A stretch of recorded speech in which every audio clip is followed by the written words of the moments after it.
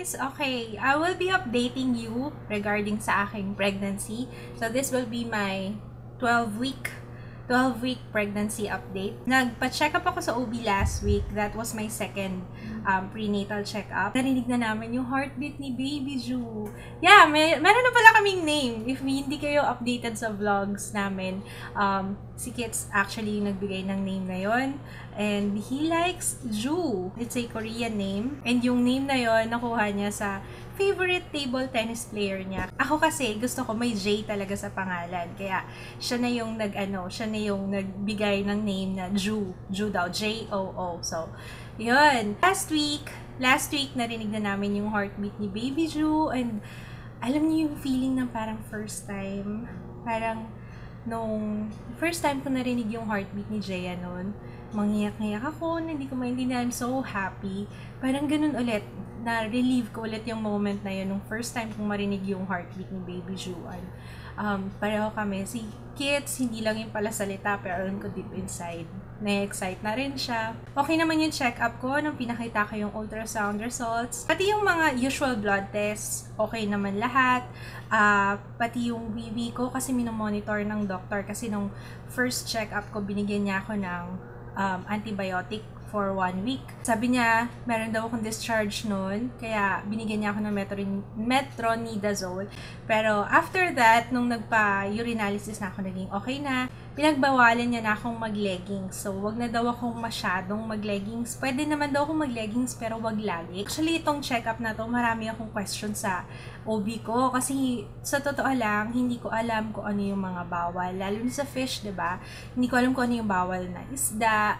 Hindi ko alam kung ano yung mga dapat iwasan ko. Since, binomonitor ko din kasi yung aking weight gain. Last check-up, I was 60 kilos. Tapos itong check-up ko, second check-up, 62 kilos. So, 2 kilo kagad yung binigat ko. Pero sabi niya, okay naman yun, normal naman yun, within normal limits. Ang iwasan ko na lang daw is yung kumain ng mga processed foods. Kasi nga, nabanggit ko sa kanya, nung first pregnancy ko kay Jaya, nagmanas ako nun eh. Kaya, sabi ko, ayoko nang maulit yun kasi I hate that feeling. Alam niyo yung naglalakad ka parang kang nakasuot ng bota tapos may tubig sa loob. Ganung feeling. Tapos parang yung waves na almost parang naririnig ko.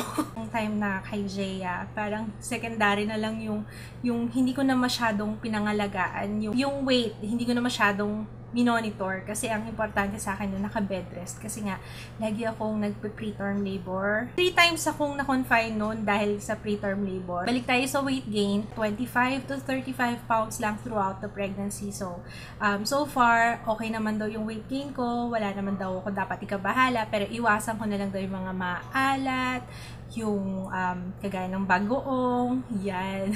Tsaka less processed foods. Another concern ko yung sa whitening. Kasi nga, 'di ba, sabi ko nga sa inyo, gumagamit ako ng whitening soap, ganyan. Sabi ng doktor ko, ng OB ko, iwasan ko na lang daw muna kasi masyado daw yung harsh para sa baby. So, nag-prescribe siya ng mild soap, pero hindi ko pa muna binili yung mild soap kasi may kamahalan siya. It's 400 pesos. Right now, ang ginagamit ko itong Human Nature na Aloe Fresh. And I'm pretty sure okay naman to kasi it has no harmful chemicals, 100% no harmful chemicals daw. Kaya, yun. Tinanong ko din sa kanya yung, syempre, about sa makeup, sa nail polish. Okay naman daw yun, wala namang bawal sa makeup, wala namang bawal sa nail polish. Ang bawal lang is yung merong retinoid, may Estroderm, yun yung mga nabanggit niya. So, every time nagagamit ako ng bago, I have to check the ingredients kung meron siya nun para to be safe na lang din. Sa symptoms, right now, magwa 1 week na hindi ako bumabangon sa madaling araw para lang kumain. Ever since nung bumili ako ng Arinola, bumili talaga ako ng Arinola kasi minsan, alam niyo yung sa kalagitnaan na pagtulog, syempre bababa ako ng hagdan para mag-wiwi. Minsan mahilo-hilo pa ako kaya bumili na ako ng Arinola. Pag natulog ako, after 2 hours, automatic na yan, mag-wiwi ako. Yun ang nakakairita, yung ihi ng ihi talaga. Siguro maabot ako ng less than 50. na trip sa banyo. Siguro mga ganun. Tutungtong na ako ng second trimester next week. Wala akong na-feel na morning sickness kahit isang beses. Kahit yung magsuka, never. Wala akong na-feel na ganun. Kaya I'm very thankful na ayaw kong pahirapan. Hindi ako pinahirapan na aking baby. Pagkapanganak na lang daw niya baka. What else? Wala namang ibang pagbabago akong napansin. Naging sobrang oily yung skin ko. One time nag-grocery ako, napahinto ako bigla sa paglalakad. Wala pa akong dala nun parang may biglang hila dito sa puson ko. Syempre natakot ako kasi sabi ko, yun, first time kong ma-feel.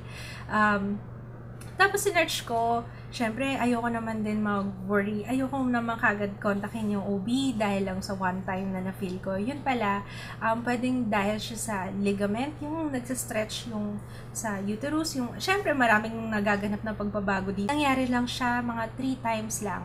Hindi sunod-sunod, mga magkakaibang araw. So yun, medyo nag-worry lang ako. Pero nung sinearch ko, parang yun lang yung reason. Basta ang importante, wala kang bleeding, walang ganyan-ganyan. So yun. Papakita ko na lang sa inyo yung aking preggy belly. Since nung last time, ang laki na rin ng pinagbago, no? Pero for sure, hindi na siya bloat lang kasi matigas na tong part na to eh. By the way, hindi na pala ako ngayon, hindi na ako masyadong nag-crave. Hindi kagaya dati na may ulam na nasa harap ko pero parang hindi yun yung gusto ko. So ngayon, kahit ano na yung kainin ko, tsaka hindi na ako madalas magutom kaya it's good, okay? Tapos yung energy ko bumalik na. Kasi dati talaga, nung last month, talagang wala akong ginawa, kundi matulog kasi hindi ko mapigilan yung antok ko. Ngayon, nagiging productive na ako sa aking araw kasi nung last month, naiinis ako sa sarili ko kasi hindi ako productive. Sabi ko, lagi na lang ako inaantok, ubos yung oras ko sa kakatulog. That's it for my update ngayong 12 weeks. Wala masyado. So I think, susunod na update ko na is around pag nalaman na namin yung gender ni baby. Siguro yun na yung aking next update. Yun lang. If you have questions, comment lang kayo sa baba.